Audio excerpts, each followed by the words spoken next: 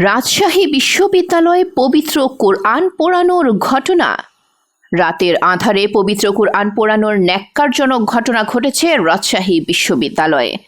গত শনিবার দিবাগত রাতে বিশ্ববিদ্যালয়ের শহীদ জিয়াউর রহমান হল, সৈয়দ আমির আলী হল, মতিহার হল, শহীদ হাবিবুর রহমান হল, মাদার বক্স হল, শেরে বাংলা হল এবং শাহ মখদুম হলের বিভিন্ন স্থানে এই জঘন্য ঘটনা ঘটে। কোরআন পোড়ানোর পাশাপাশি দেওয়ালে ভারতীয় রাজনৈতিক দল বিজেপির লোগো আঁকা হয়েছে বলে অভিযোগ পাওয়া গেছে। এর আগে ৯ জানুয়ারি বিশ্ববিদ্যালয়ের কেন্দ্রীয় মসজিদেও একই ঘটনা ঘটে।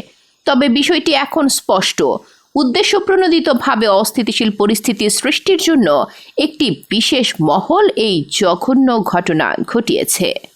এমন নিকৃষ্ট ও জঘন্য মহল কারা, খুঁজে বের করার চেষ্টা করা হচ্ছে।